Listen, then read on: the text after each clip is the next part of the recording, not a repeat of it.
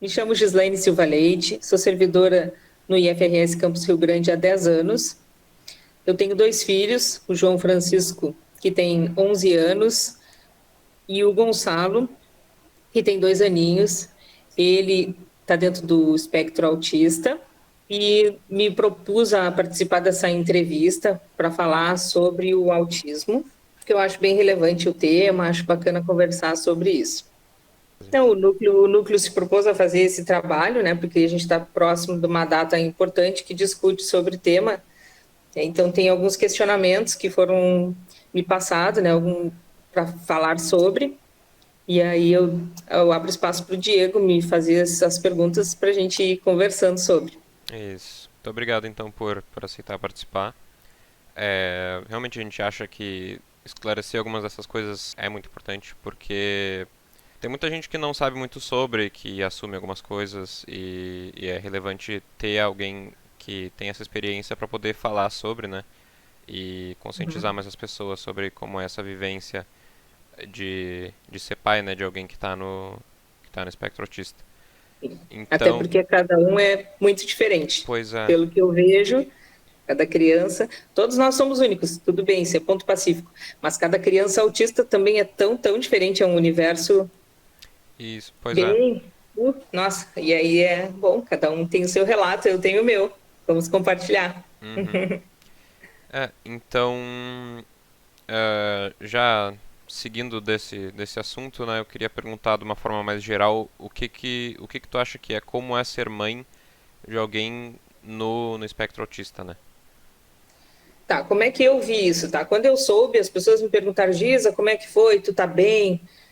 Olha, eu fiquei bem, tá? E claro, o Gonçalo, ele hoje é pequenininho. Eu tive esse diagnóstico quando ele tinha 1 ano e meio, mas eu já desconfiava desde os 9 meses, né? Eu tive alguns sinais assim que me deixaram desconfiada. Mas como é que eu reagi? Eu reagi como qualquer mãe com um filho com qualquer necessidade, tá? Um filho precisa de um aparelho, eu vou procurar um dentista. O filho precisa de um apoio escolar, eu vou procurar uma professora particular. Né? Um filho tem asma, eu vou procurar um médico. Tem um problema gástrico, foi exatamente assim que eu pensei, tá? O meu filho precisa de um apoio médico, eu vou atrás desse apoio médico. Sem crise e sem neura, porque isso, claro que às vezes é bastante difícil, né? Como a gente tinha dito antes, tem crianças autistas e crianças autistas, tá? O Gonçalo, ele não é um caso severo de autismo. Isso me facilita ter esse tipo de postura e eu não estou numa posição aqui que me permite ficar de julgamentos, tá? Mas isso me facilitou manter essa tranquilidade, essa calma e, bom, vamos enfrentar. O que eu preciso? Eu vou numa neurologista, eu vou ver o que ele precisa. Ele precisa de TO, precisa de fono, precisa desses profissionais 2 vezes por semana. Então, eu vou atrás desses profissionais 2 vezes por semana e, desde que ele soube, desde que eu soube, com 1 aninho e meio, ele vem fazendo essas terapias 2 vezes por semana. Agora ele está com 2 aninhos, 2 aninhos mesmo, né, fechados. E em 6 meses ele teve uma evolução bem importante mesmo. Assim. Ele não está 100% ainda, ele tem ainda questõezinhas para melhorar, de interação, de fala principalmente. Ele tem avanços e tem regressões, que é típico da questão neurológica do autista, Sim, mas ele está indo. Né? E eu vou seguindo no meu papel de mãe, que é dar o suporte que ele precisa. Então claro. foi assim que eu reagi. Eu não neguei, porque eu acho que negar tu não ajuda nem a ti nem ao teu filho. Pois é. Né? Se todo mundo discute que quanto antes tu descobre, melhor para a criança. Melhor para a criança não só para ela, melhor para todo mundo que se envolve com a criança. É melhor para a escola, é melhor para a família, não é? Uhum, Então eu agi o mais rápido possível. Eu só não agi antes porque a médica pediatra pediu para eu esperar. Porque se fosse por mim, com 9 meses eu já levava no neuro. Mas ela disse: não, espera mais um pouco, espera um pouquinho mais, espera 1 ano e meio. Bom, então, com 1 ano, eu marquei neurologista quando ele fizesse 1 ano e meio, para vocês verem que assim que eu estava realmente desconfiada, né? Foi assim. uhum. Pois é, é muito importante ficar sabendo dessas coisas mais cedo para poder tomar providências para ter uma adaptação melhor, né? Incluir melhor na sociedade em geral mesmo. Porque tem muita Uhum. gente também que ah, os pais acabam não percebendo ou suspeitam de alguma coisa, mas tem receio de ter alguma comprovação e a pessoa segue a vida sem saber disso. Talvez só descubra Tá? como adulta ou tenha É. dificuldades por conta disso e nunca descubra o motivo. Pois é, é um E, erro.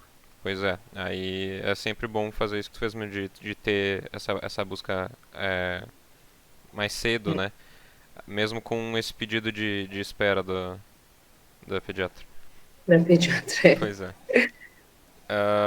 E então, quais que. Tu falou que tu já tinha algumas suspeitas. Como que era, tipo, o porquê dessas suspeitas e mesmo logo em seguida de ter a confirmação, quais foram as primeiras. As dificuldades que acabaram surgindo por conta disso?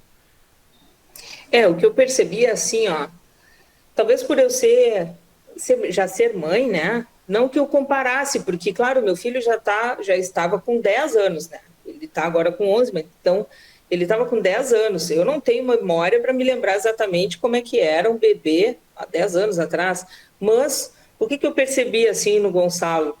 Ele mamava e não me olhava nos olhos.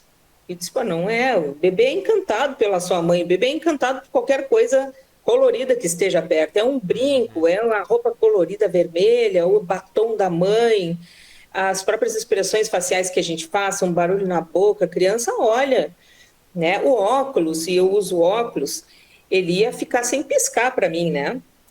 E não, mesmo que eu fizesse até barulho, ele desviava o olhar. Se eu virasse a cabeça para um lado atrás do olhar dele, ele fugia do meu olhar. Eu disse: não, isso aí não é normal, né? Depois ele brincava, quando ele estava brincando, ele batia nos brinquedos que nem gato. Ele só dava tapa assim com a mão, com os brinquedos. Ele só girava os brinquedos no chão, fosse o que fosse. Uhum. Se fosse um carrinho, ele virava com as rodas para cima e girava o carrinho todo no chão para só rodar o brinquedo no chão. Ele não brincava de maneira funcional com o brinquedo. Por mais que nós mostrássemos para ele, é assim, amor, é de encaixar, não ia. E era uma criança muito calada. A criança, ela tende sempre a imitar Sim. sons, gestos. Ela imita, ela presta muita atenção no que tu faz e te imita o tempo inteiro. É assim que ela vai aprendendo. O cérebro dela é assim, é para funcionar assim. E aí, o Gonçalo não era, né? E eu estava só prestando atenção, né? E aí, as poucas palavras que ele aprendia a falar, ele deixava de falar. E eu disse: não, a criança ela só vai acrescendo o vocabulário. Aí ele falava banana. E aí passava 2, 3 dias, uma semana, e ele não falava mais. E eu, banana, Gonçalo. E ele me olhava e ficava em silêncio. Eu disse: não, tá mal. O meu esposo, ele chegava de moto, fazendo barulho, né? E aí ele abria a porta quando chegava em casa e ele dizia, rua, rua.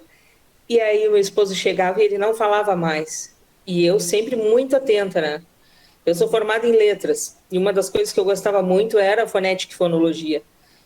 E aí, claro, meu filho vai crescendo e eu estou prestando muita atenção nos sons, nos fonemas que ele está pronunciando e de que forma ele está pronunciando. E aí iria falando e deixando de falar, e eu tô fazendo as contas dos mais e dos menos, né? Isso Sim. me chamou muita atenção, né?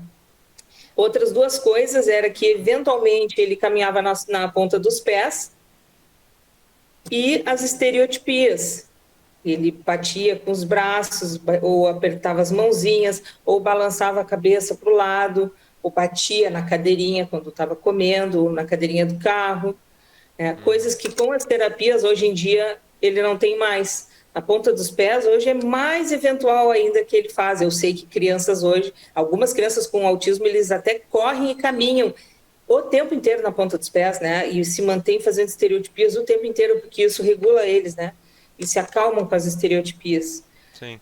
Então eu percebi pequenos sinais e o que eu fiz? Eu fui para a internet ler, porque a gente passa muito tempo no Instagram para se divertir, para ver bobagem. Poxa, é uma ferramenta para isso, mas também é para instrução.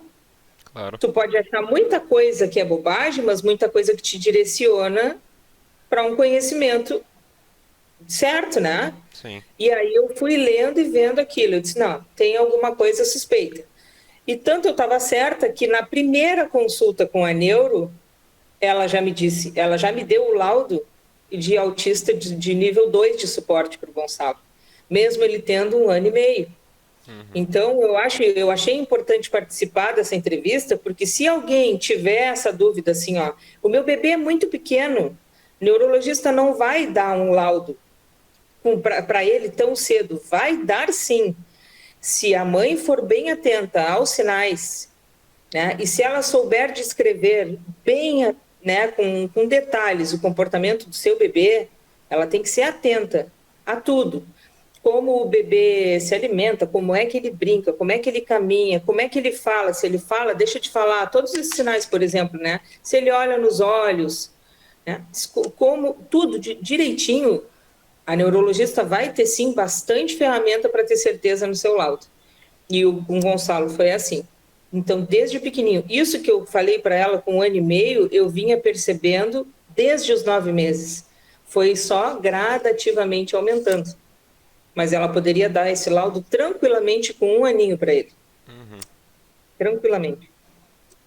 Pois é, também acaba sendo muito importante, além de fazer as pesquisas próprias, quando ir procurar um profissional, procurar alguém que realmente esteja disposto a fazer esse tipo de coisa, que a gente sabe que tem alguns, assumo eu que a quantidade dessas pessoas tenha se diminuído ao longo do tempo, mas alguns profissionais, alguns neurologistas, por exemplo, que se recusam a dar esse tipo de diagnóstico porque acham que vão deixar o pai desconfortável ou vão piorar alguma coisa e acabam evitando isso. Então é sempre bom, se tu realmente tem alguma suspeita, tu e não é confirmado logo de cara ou parece que o profissional está evitando de falar alguma coisa, tu sempre procurar segundas outras opiniões, né?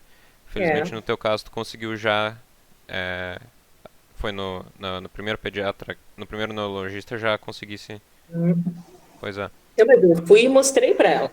Sim, Eu chamava ele Gonçalo e ele não olhava, não respondia. Eu mostrei para ela. Eu não simplesmente, eu não vou querer um laudo pro meu filho de uma coisa que ele não tem, né? pois é. Não é, não foi por aí, né? Uhum. Então, teve essas coisas que tu mencionou com os brinquedos, essas atitudes mais assim. Em questão de alguma especificidade mais sensorial, porque a gente sabe que tem algumas crianças que só comem algum tipo de alimento, que só gostam de algum tipo de tecido, ou não gostam de contato com algum tipo de material, alguma coisa assim. Ele chega a ter alguma coisa do tipo? O Gonçalo não tem nada disso. Ele tinha lá no início das terapias. E a gente foi trabalhando muito isso. E outro alerta, vamos dizer assim, que eu dou é: gente, assim, contar só com a terapia para fazer milagre, isso não existe. Tu tem que sentar com a terapeuta, com o fono e pegar toda a orientação para fazer isso em casa. Então, em casa era a mesma coisa. Eu dava texturas para o Gonçalo em casa, diferentes tipos de brinquedo, para ele se expor mesmo e não ter esse tipo como é que eu vou dizer, de não gostar, né, de incômodo com as texturas. O Sim. Gonçalo não, eu moro numa casa com grama, ele caminha em qualquer lugar, ele toca em qualquer tipo de comida, melada, ele segura manga, qualquer coisa na mão, ele não tem problema com nada disso. No início ele tinha. Ele desviava dos caminhos assim para não pisar em determinados tipos de terreno. Sim. Hoje em dia, não. Em seguidinha, assim, uma coisa de 2 meses ele já não tinha mais nada disso, com muito estímulo. Não tem problema com nada dessas coisas. Para botar sapato, às vezes ele tirava do pezinho também, né? Hoje ele aceita, fica com sapato, fica com roupa, come de tudo, não tem seletividade alimentar. Esse tipo de problema, assim, de desafio, por enquanto, eu não tenho com o Gonçalo. Eu não sei se adiante, porque as crianças com TEA, pelo que eu vejo, eles são sazonais, assim, eles podem não ter e adiante ter, né? Uhum. Então, eu vou sempre trabalhando muito isso. Eu ouço muito que as crianças precisam de rotina para não se desregularem. Eu não tenho isso com o Gonçalo. Eu tenho até medo de botar muita rotina, porque eu não sou uma pessoa com rotina, né? Mas ao mesmo tempo eu penso muito nisso. Eu tenho medo de fazer tudo muito em caixinhas e depois ele só querer aquilo. Então eu procuro variar demais, assim, ó, demais. Tipo de comida, uma hora eu dou comida na colher, outra hora eu deixo ele pegar com a mão para ele se sujar mesmo, entende? Uma Sim. hora eu boto uma roupa apertada, eu boto uma roupa mais frouxa, eu boto sapato e deixo de pé descalço. E é o meu jeito de lidar com as situações, sabe? Eu vou variando muito o tipo de brinquedo, ele brinca no chão sentado e ele, sei lá, direto com o corpo no chão, ou enfim, eu vou sempre mudando. Uhum. Porque eu tenho receio que ele fique com esse tipo de. Sim, que acaba futuramente sendo uma dificuldade a mais, né? É, Aí tentar evitar esse tipo de coisa, que realmente pode acontecer ao longo do tempo e voltar. é, É, por enquanto ele não tem nada. certo. E em questão agora, em questão de relacionamentos com outras pessoas, tiveram dificuldades sociais na família, na escola? Como é que. Não, também não. Ele é normal como qualquer criança, assim, de uma pessoa estranha, né? Ele estranha um pouco, mas se chegar perto, conversar, fizer alguma graça, ele aos pouquinhos vai se habituando. Não Sim. tem nada demais, assim, nada diferente do que outra criança faria. Uhum. Então, professores, essas coisas assim, agem da mesma forma com É ele. normal. Uhum. Gosta muito da escola, inclusive. Ele vê o prédio da escola, ele já bate as perninhas dentro do carro, já quer descer. Ele mesmo bate a campainha, já quer descer do colo e fica esperando elas abrirem a porta e vai correndo. Eu digo que ele é o garoto propaganda da escola, porque se qualquer pai que vai visitar vê ele, já vê que é uma criança que gosta do ambiente escolar, porque ele gosta. Uhum. E ok, então acho que agora para fechar mais, voltar um pouco na questão de diagnósticos.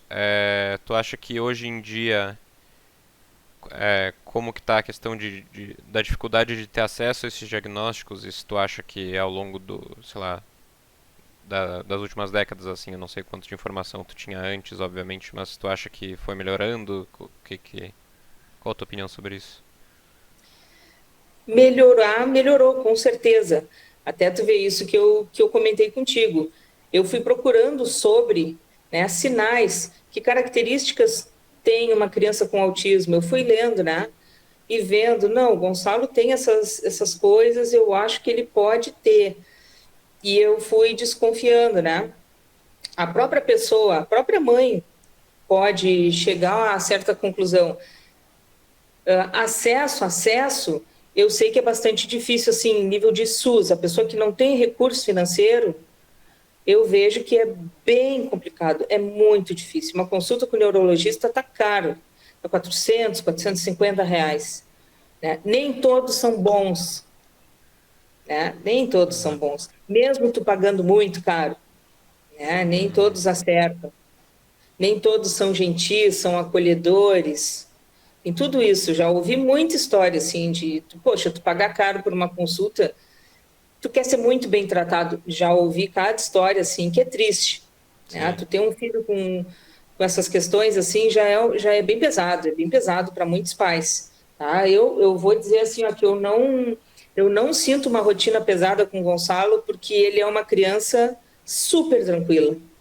Super tranquila, por mais que ele tenha, né, que precise de suporte e tal, ele não é uma criança agitada, ele não tem crises.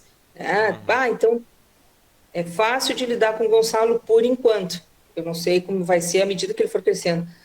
Mas eu lamento muito por mães que não têm recurso, porque passa bastante trabalho. Eu sei que é dificílimo tu conseguir terapias e as crianças com TEA, elas precisam de muitos, muitos profissionais para dar suporte. Não é só TO, fono, tem psicólogo, tem que tomar medicamentos, né? Então eu vejo por um lado assim, ó, hoje em dia se sabe muito e já se sabe que precisa de muito suporte. Por outro lado, é tudo muito caro, tem poucos profissionais, se formam muitos profissionais, mas nem todos são bem preparados. Então a gente ainda está engatinhando nesse universo. se sabe mais, né? Já tem bastante caminho, tá? Percorrido, mas ainda é difícil, né? E tu vê o que aconteceu comigo. Uma pediatra dizer para mim, espera, isso é lamentável. Eu ouvi agora há pouco de uma colega de trabalho assim em Giza, tem uma aluna que está desistindo de estudar porque ela tem um filho com autismo e a pediatra disse que se consegue um laudo para a criança só depois dos 2 anos. E ela não tem um laudo, sem o laudo ela não consegue uma vaga numa creche pública para poder deixar a criança para poder estudar. Eu disse, como isso, gente? Como é que ela não vai conseguir um laudo? Olha a falta de conhecimento de um profissional de saúde. Então, assim, ao mesmo tempo tu vê avanço e tu vê muito atraso. Sim. E aí é lamentável, né? Uhum. Então tem coisas boas para se dizer, mas é uma pena, né? Tem muita coisa atrasada, sim, tem muita coisa muito cara e as pessoas que não têm recurso financeiro, infelizmente, os filhos ficam bem prejudicados. Sim, pois Bem é. prejudicados. Isso é uma situação bem complicada mesmo. É, Então acho que por isso que é bom que a gente ter esse tipo de diálogo, poder divulgar esse tipo de coisa que eu tô fazendo contigo agora, né? De buscar informações não só sobre o transtorno do espectro autista em si, mas sobre como é o convívio com isso, dificuldades, esse tipo de coisa, porque realmente o conhecimento sobre a condição em si tá sendo mais amplamente divulgado, mas muitas vezes as pessoas não tendem a não saber muito sobre como é viver com alguém com isso ou como é viver com isso. E essas uhum, informações também são muito importantes, desmistificar esse tipo de coisa até para futuramente indo facilitar o acesso ao diagnóstico, esse tipo de coisa é, e facilitar a vida para todo mundo, né, em geral. é. Uma coisa eu digo, tem que ter muito carinho e tem que ter muita paciência. A criança nervosa, os pais nervosos não ajudam. Tem que ter muito carinho, tem que dar abraço, tem que dar beijinho, tem que dizer calma, amor, vamos devagarinho, vamos, sabe? Que eu Uhum. digo assim, meu filho não tem crise, porque eu sei que tem autistas que têm crises bem severas, né? Não é Sim. que meu filho não chore, meu filho chora também, às vezes do nada. É calma, amor, e a gente tem que se acalmar. Tem que se acalmar e tem que dar amor. O amor é a base de tudo, né? É a base da maternidade, da paternidade. Pois é. Quer ter filho tem que ter amor, não é? É. E é isso, com eles mais ainda. Uhum. Eu acho que era isso então que a gente tinha aqui para discutir mais. De novo, agradeço muito por ter aceitado participar e se tiver mais alguma coisa para falar, a gente vai encerrando aqui. Eu só te agradeço, Diego, e parabenizo ao núcleo por ter essa iniciativa de fazer essas entrevistas. Ok, Dar um espaço de fala. muito obrigado então. Obrigada.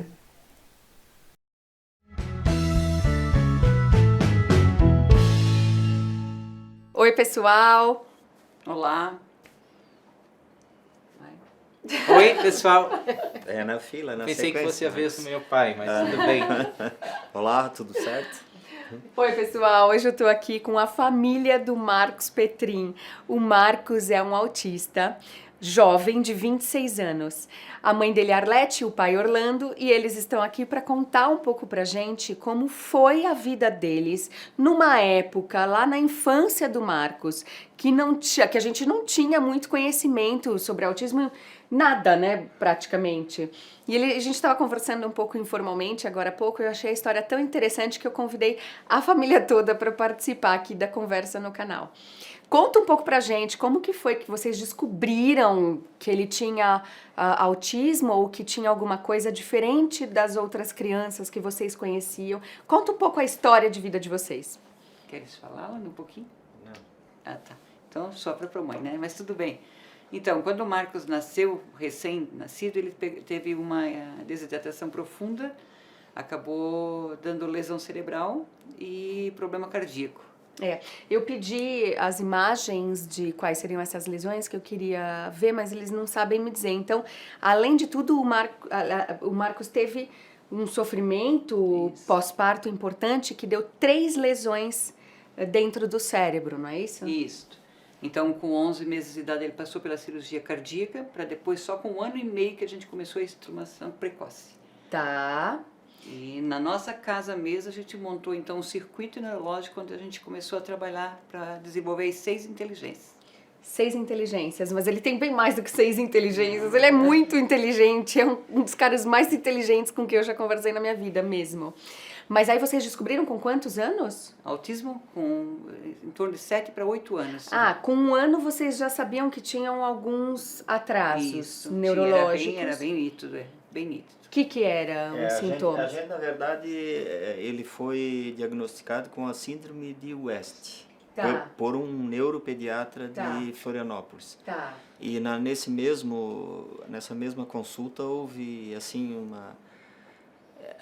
ele passou umas informações pra gente que a gente ficou abalado, que foi, a criança, porque ele tinha 3 meses de idade, a criança de vocês é cega, é surda, Nossa. não vai vir a caminhar e vai ter em torno de 1 ano de vida, praticamente. Nossa, sério? Vocês ouviram isso? Sim. Meu Deus. Então esse foi o diagnóstico que a gente ficou, te tira o chão, né? Porque tu quer um filho, Que isso? né? Nem brinca. Então a gente veio para casa e a minha esposa, como é muito guerreira para frente, não perde a esperança nunca, ela pegou e a gente foi atrás de recurso, mas alguém falou assim, não gasta dinheiro porque não tem O que fazer? não tem o que fazer.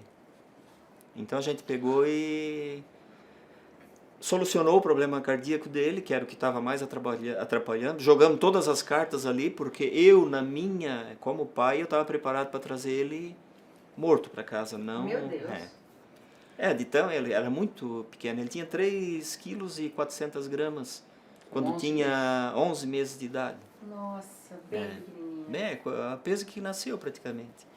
Quer dizer que vocês ouviram as piores Sim. probabilidades, o pior prognóstico possível, e mesmo assim vocês nunca deixaram de acreditar. Não. Sabe por que isso é importante? Porque o pessoal que está em casa também já ouviu barbaridades sobre seus filhos, que nunca vai falar, que nunca vai andar, que nunca vai alfabetizar, ou que nunca vai socializar. Isso a gente ouve muito, né? E histórias como essa, eu não sabia, eu não imaginava que tivesse passado por isso. Dão força, dão energia, sabe? Pra seguir em frente, né? É que a mãe, principalmente, o pai também tem, mas a mãe tem o 6º sentido. Uhum. E eu tinha certeza que com o nosso trabalho, com as nossas lutas, ele ia vencer. E a nossa preocupação, como falasse agora há pouco, era o tempo que ele vivesse fosse o melhor. Perfeito. Então e fomos vivendo dia a dia, como se fosse o único. E aí a cirurgia deu certo, ficou tudo bem, mas ele teve atrasos no desenvolvimento. Ele não tinha desenvolvimento, ele era apático. Apático. Ele não sentia dor, podia dar uma injeção, aquelas injeções que dá as vacinas, Tá, não chorava. tá. Você lembra alguma coisa dessa fase, Marcos? Não, eu era muito pequeno. Quem Não lembra tinha. é o meu irmão, alguma coisa. O meu pai e a minha mãe lembram da maioria, a minha avó também lembra, mas eu não tenho nenhuma lembrança dessa fase mais tenra da minha vida, não lembro. Tá. Que bom. Ainda bem. E aí ele foi crescendo, solucionou o probleminha físico, e aí foi crescendo, e como é que se desenvolveu? Daí vem a parte que ela contou, né, que a Arlete contou, quando ele com 1 ano e 6 meses, ele já tinha... Ganhou alta do coração. Essa parte até a gente conta nas palestras, que é a parte da mãe, né? Tá. Eu não faço, eu sou mais a parte técnica. Bastidores. Mas ela Que também conta precisa. o começo da vida dele para entender o contexto, senão fica muito... Então daí ele continua a palestra a partir do autismo, né? Certo. Pra saber. E aí vocês descobriram que Autismo? ele não era verbal, né? Ele só falou Não, a partir de 4 anos e meio, não é isso? Exato. E aí não parou mais de falar, né, Não, Marcos? ligaram o radinho. Daí foi feita a estimulação precoce, como a Arlete falou. Com todas as 6 inteligências específicas. Então, por exemplo, um exemplo bem bobinho, ele não tinha tato nenhum. Tá. E a gente fez 3 atividades. Então, espeta, acaricia, que a gente Tá. pegava um palito de dente, espetava nele, Tá. e o carinho para dar os 2 opostos, para Certo. o cérebro registrar. Certo. A áspero liso, que é a esponja de louça, tu raspava na perna dele e o lado macio. Certo. E o quente e o frio. Certo. Água quente, bem quente, por sinal. E a gelada. depois fria. E mandávamos o estímulo verbal. quente, frio, Tá. áspero, Em liso. todo o corpo, até o Sempre o pescoço, né? verbal. E junto. vocês estimulavam a partir das indicações dos terapeutas todos os dias? Não Mas- existia terapeuta. Não existia terapeuta? Não. Vocês Não. tiraram da onde A essas gente informações? conheceu o programa em Brusque, na Escola Charlotte. É uma escola só que trabalha só com crianças com... A reorganização. Neurológica. neurológica, Uhum. Isso. Ok. E ela...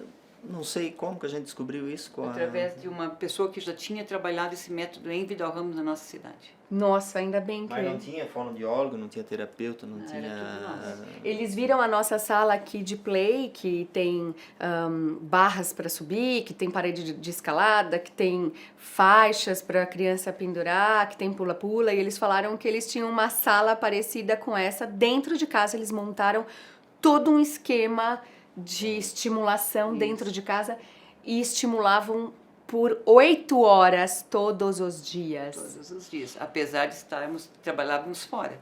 A gente contratou é? uma moça para ficar em casa, que a gente já tinha, né?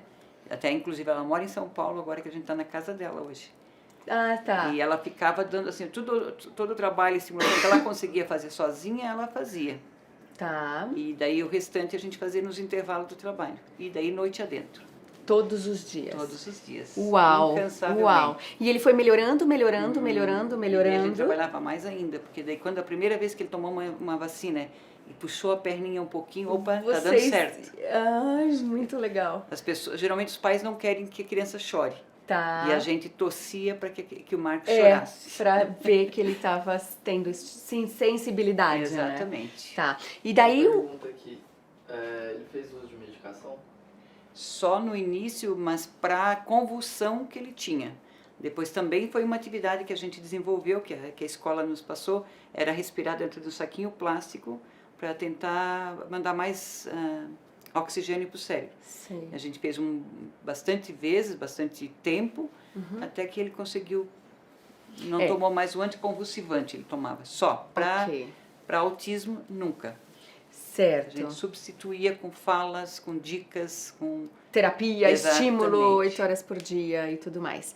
Legal. E aí ele começou a apresentar sinais de inibição social, restrição social, Apresentava, hipersensibilidade. só que a gente sempre achava que fosse por causa da lesão. Certo. E como é que vocês descobriram que era autismo? Na escola, quando Na começaram a vir os bilhetes pra gente, Marcos não olha pra gente quando fala, Marcos fica se batendo, Marcos não copia do quadro, tudo Em bilhetes casa ele chatos. vocês não viam esses sinais? Víamos, mas a gente associava Ah, entendi. lesão. a lesão Entendi, cerebral. entendi. Ah, porque ele tem lesão, ele não responde quando chama. Entendi. Demora entendi. mais. Ah, Entendi. ele não quer fazer isso porque ele gosta de fazer outra coisa. Entendi. E daí vocês descobriram que era autismo. Vocês Isso. tiveram Na um verdade, diagnóstico. foi uma professora amiga da família, que até somos compadres, que nem se diz lá no sul. Legal. Ela do 7º para o 8º ano, né, Isso. na escola. Isso. Não, eu tinha a minha idade, É. né? Exato. De 7 para 8 anos de Isso, na idade. escola, daí começou a vir esses bilhetes e tal, essas comunicação. E essa pessoa era professora e estava fazendo psicopedagogia. E ela que disse. Ela, certo, no curso, ela viu que existia pessoas Certo. autistas, Certo. que foi a primeira vez que a gente ouviu a palavra, ó, dá uma olhada porque o Marcos tem todas as características de autista. Aí a gente procurou se informar e tal, e tentou estudar alguma coisa, mas na época, 18 anos atrás, não existia nada. Não tinha nada. Nada. Se hoje já tem um monte de besteira, imagina na época que. Muito científico, Isso, muito daí o técnico, que a gente muito... resolveu? Está dando certo o que a gente está fazendo com o Marcos? Vamos continuar. Vamos continuar fazendo, porque Certo. aqueles nomes científicos lá a gente não entendia nada. E daí fomos acompanhando. Então, cada vez que vinha por exemplo, Marcos não copia do quadro. Aí ele chegava em casa, filho, por que não? Não precisa. Mas como não precisa? Por que não precisa? Porque está aqui. Ah, você tem uma boa memória, Marcos? Então, ele achava ridículo ter que copiar do quadro uma coisa que ele já Se tinha ele gravado. já tinha gravado. Só que daí a gente trabalhava de novo, filho, mas é necessário que tu registre. Mas daí a gente percebeu que era difícil ele no quadro e copiar pela coordenação motora. Entendo. Aí Pela a gente ia para a atenção escola, compartilhada. a gente ia na escola de novo. Professora, a gente descobriu agora, Marcos tem realmente dificuldade, mas se eu Tá. pegar o caderno da coleguinha e eu ditar para ele em casa, Tá. ele registra. Tá. Então, quem sabe a senhora dita para ele na sala de aula. E aí Então, deu certo. isso, ele dava mais uma coisa vencida. É. Aí, Marcos, por que tu não presta atenção? Mas eu presto. Então, diz para mim o que tu aprendeu em ciências. Isso.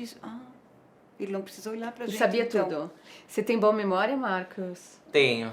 É. Eu tenho boa memória e bom registro auditivo, né? Isso. O que eu escuto fica muito mais na minha cabeça do que talvez o que eu vejo ou o que eu Escreve. escrevo. Então eu fico escutando e quando eu tenho informação o suficiente, eu devolvo. Entendo. Né? Não guardo essa informação em nenhum lugar. A não ser que seja um conceito muito técnico ou uma fórmula matemática, uma fórmula musical que eu tenha que seguir aqueles passos, né? Informação eu estou sempre armazenando na memória por via de audição, Tá. né? Eu prefiro escutar e ficar olhando para um lugar fixo do que ter que olhar, escutar, sentir, tocar. Às vezes até eu posso entrar em crise, dependendo da situação. Então se só fala, mas fica comigo falando que eu vou internalizando. Mas lembra, sempre objetivo, né? Sempre informações, blocos de informação objetiva. Que sirva, que faça sentido para alguma coisa para você, né? E aí que estava o meu obstáculo lá na escola. Porque a professora, ela tende a passar a fórmula da matemática, mas é aquilo por aquilo. E a criança, não só autista, sabe? A neurotípica também às vezes se pergunta, mas onde que eu vou usar isso? Para que eu estou aprendendo tudo isso? Para que serve tudo isso, né? Deveria ser para todos, né? Ter uma lógica, ter uma associação. E aí quando você entendia a lógica e fazia sentido para você, você aprendia. Isso. É sempre nessa tônica, né? Certo. O que faz sentido, eu posso provar. Então, se eu posso provar, que é a característica do pragmatismo, eu posso aprender. E se eu posso aprender, eu posso passar para frente também. Né? Isso é uma associação bem básica que eu fazia, né? O que não tinha sentido, eu logo esquecia. Verdade. Qual foi a fase mais difícil para vocês? Qual foi a fase mais difícil para a família? Perguntando. Qual foi a fase Para mais nós difícil? foi lá quando ele nasceu, com aquele laudo que o médico Tá. nos deu. Tá. Ou seja, todos os perrengues que vocês passaram não foram tão ruins quanto a perspectiva dele poder morrer, né? Exatamente. Então, o autismo para nós foi só mais uma modinha. Então, por Vocês isso que nem ligam muito, né, pra isso. Não, porque né? assim, para nós foi um privilégio, era só autismo. Era só autismo, mas ele tava vivo, Ele tava né? vivo. Então, assim, por isso que eu fico Nossa, é animal com os isso. pais, eu fico... Animal eu isso. tenho vontade assim, de Muito dizer, legal pais, falar quando isso. eles recebem o laudo autismo, eles passam por luto, aquela coisa toda, né, que eles dizem. Pra gente não teve, né, luto, né? Não. Porque também a gente não tinha talvez sentido. Mas eles dizem assim, não pode. Claro que pode. Claro que pode, Né? olha Então, o cara incrível que ele é. Infelizmente, muitos médicos ainda passam o laudo para o pai e para a mãe falando isso. E eu fico muito triste, Sim, porque os pais, eles ficam desnorteados. sim. Então, o laudo, eu acho assim, pais, se alguém está ouvindo ali, que vai ouvir, não se desesperem quando recebem o laudo. Vão atrás do que pode ser oferecido para a criança em casa, para ela ser uma criança feliz, um jovem feliz, um adulto feliz. Perfeito. Só. E Né? o autismo não importa, né, pra vocês. Eu vejo É que... ruim. Tu sair na sociedade, como a gente saía, a nossa cidade é muito pequena, Tá. e o pessoal às vezes apontava para Marcos e dizia, o deficiente do Orlando Darlete. Agora tá louquinho, porque ele fazia esse tipo, ele tá louquinho. Tu vai digerindo aquilo, tu vai digerindo e vai falando para ele. Marcos, deficiente é a mãe. Tu não é deficiente. Tu sabe falar inglês, a mãe não sabe. Então, olha só, eu sou deficiente também. Só que eu consigo esconder. E como ele é muito lógico, fazia sentido pra ele. Quer dizer, Exatamente. se a gente fala uma língua menos do que ele, então somos deficientes em comparação. E não é? Faz sentido, Tal exato. fulano usa óculos, é deficiente. Exato. Então, isso a gente conseguiu achar essas subterfúgios, tu diz, né? Quer dizer, para tentar ensinar isso para ele. Entendi. Para não internalizar o deficiente como sendo uma coisa tão ruim assim. Entendi. E a gente também a gente começou a aprender muito com ele, porque ele começou a se estudar, né? Entendi. Porque ele era diferente. 12 Pra tentar anos, se 12 entender. anos de idade ele começou a se estudar. Tudo que tinha de informação ele trazia para ele. É Tá. tanto que ele falava, né? Mãe, não segura minhas mãos quando eu tô, porque ele além desse movimento ele também faz isso aqui, né? Tá. Tem horas que ele está no quarto dele lá trabalhando no canal, escrevendo livro, que ele tem 3 ou 4, 5 livros já pronto lá, que a gente está tentando editar, né, Marcos? E ele tem hora que ele está lá assim, né? Não, no momento, eu já pensei em filmar e colocar num vídeo dele para ver que não é só isso, né? Mas a gente aprendeu com ele, então segurar para quê? Para Mas a os gente outros segurou. não ver. A gente segurou. A gente segurou, mas aprendeu que era ruim para Foi ele. muito melhor quando ele pôde redirecionar as mãos Sim. para escrever e produzir com as mãos do que segurar, né? E me fala uma coisa, Marcos, e para você, qual foi a pior fase do que você se lembra até hoje? Foi uma fase ali que vai dos 12 até os 18 anos, mais ou menos. Porque naquela fase todo mundo tinha seu parzinho e isso acontecia nas festas. Então, assim, acabava que se tu não estivesse ali nas festas, tu estava meio que à margem, né? Adolescente tende a fazer isso. Então, foi uma fase que eu pensava, poxa, por que será que ninguém me nota, né? Por que será que ninguém me vê? E dentro de casa ninguém ia atrás de mim, ninguém ia brincar, fazer algumas atividades. Como eu dizia alguns vídeos atrás, as atividades têm que ter lógica e há aquela setorialidade social. Então, como os outros não conseguiam entender isso, essa forma de pensamento, eles julgavam, sabe? E aí foi tanto julgamento que às vezes eu ficava até apático, até mais triste, sabe? Nessa época eu comecei a estudar bastante música, porque se eu estivesse ocupado estudando, tocando, compondo, as pessoas iriam me afetar menos, né? E dessa forma eu consegui vencer essa fase e entender que às vezes as pessoas não tinham esse afinco com a informação, por isso acabavam cometendo esses deslizes, gafes, preconceitos, mas eu podia informar elas, né? Exato. Foi a fase de criação ali do Diário de um Autista. Coincide muito bem com essa fase pior. A fase que eu peguei a minha câmera de segunda mão lá em casa e comecei a filmar até aquele primeiro vídeo. O vídeo que tem mais acessos ao vídeo mais caseiro lá do canal. Bem depois desse momento ali, peguei a câmera e contei para todo mundo o que eu sempre quis contar, né? Naquelas horas difíceis. Entra lá no canal do YouTube do Marcos, chama Diário de um Autista. Ele conta histórias incríveis lá.